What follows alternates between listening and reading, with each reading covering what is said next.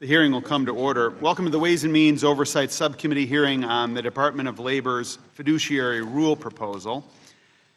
I know that everyone on this dais agrees that saving for a secure retirement is more important than ever, given all the economic challenges of our economy.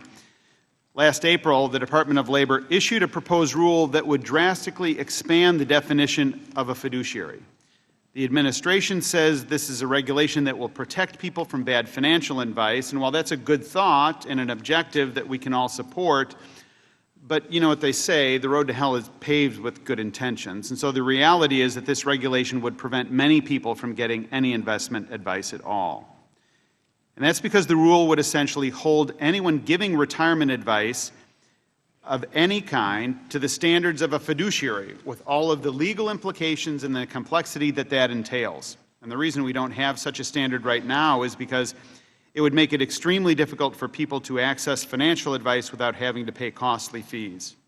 Small businesses, low and medium and middle income families and underserved communities would be hurt by this rule far more than the wealthy.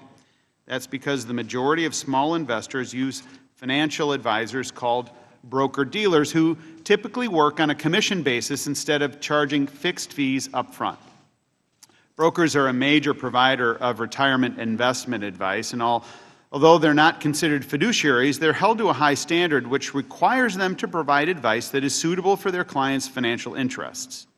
Brokers' compensation is based on the number of people they enroll, a commission-centric model that the administration opposes. The administration thinks that a salesperson selling an investment product has an inherent conflict of interest that harms an individual receiving their advice and considering whether or not to buy their product. But commission-based retirement investments can often be the best option for many people. They offer a wide variety of investment choices, and since brokers are paid on a commission, the investors don't have to pay hefty fees up front in order to access those products. This type of investment advice is so popular that if you look at individual retirement account investors with less than $25,000 in savings, 98% choose to go through a broker-dealer. It's sort of the same approach as we take with contingent fees in personal injury cases. We don't make someone hire a lawyer on an hourly basis. There's a contingent fee arrangement that is also acceptable to both sides and has proved to be successful.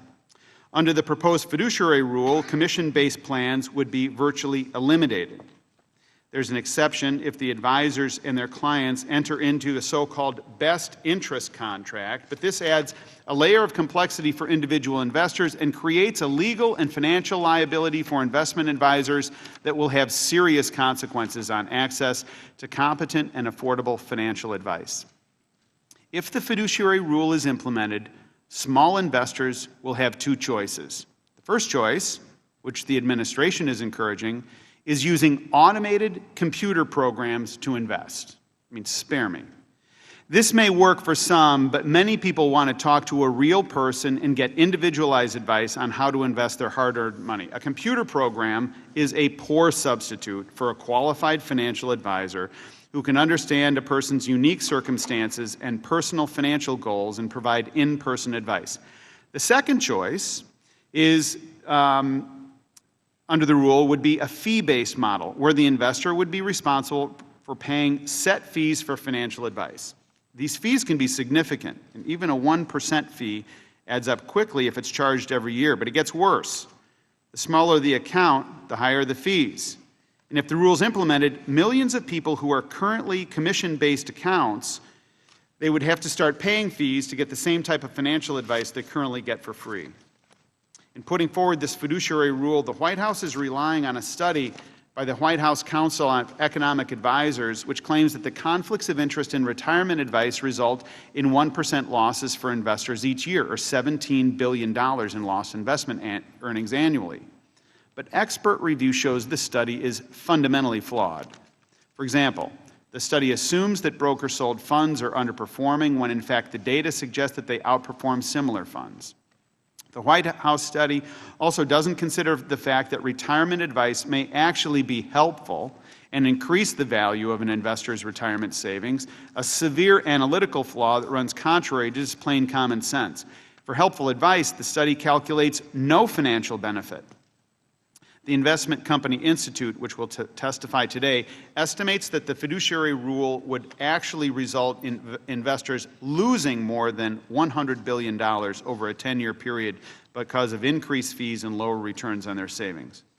One grave concern I've heard over and over again from my constituents is that the administration's objective is to force Americans out of private sector IRAs and 401ks, which are generally working very well under current law, and into retirement controlled by the government.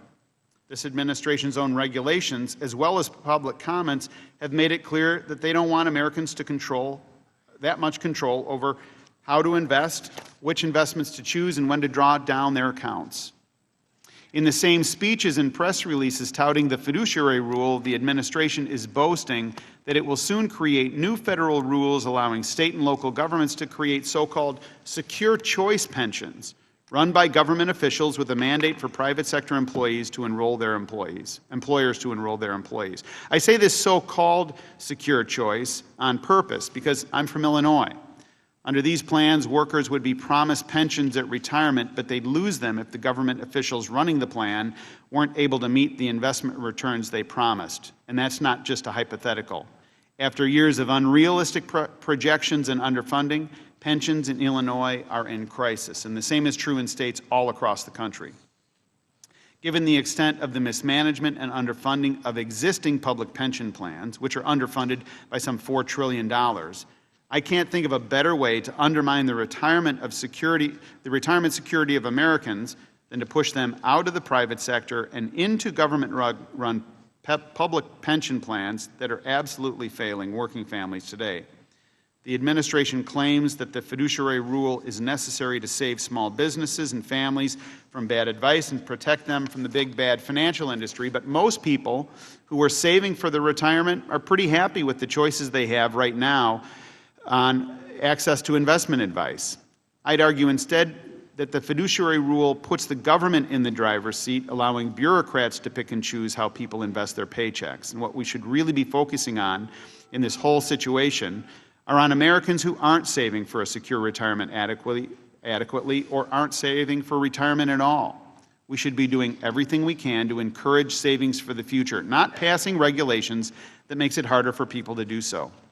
And despite the fact that the Department of Labor received almost 3,000 comments during the rule's notice period, the administration has decided to move forward without issuing a pre-proposal to address those concerns. That's a problem. In fact, literally hundreds of members of Congress across the entire ideological spectrum from both sides of the aisle have gone on the record to express deep concerns about the rule, and yet the Department of Labor has chosen to move forward with impunity. The current rule is unworkable, and the administration has done nothing to fix it. The American people, through Congress, have delegated rulemaking authority to the executive branch, and we will exercise vigorous oversight where necessary in order to make sure that this is not abused.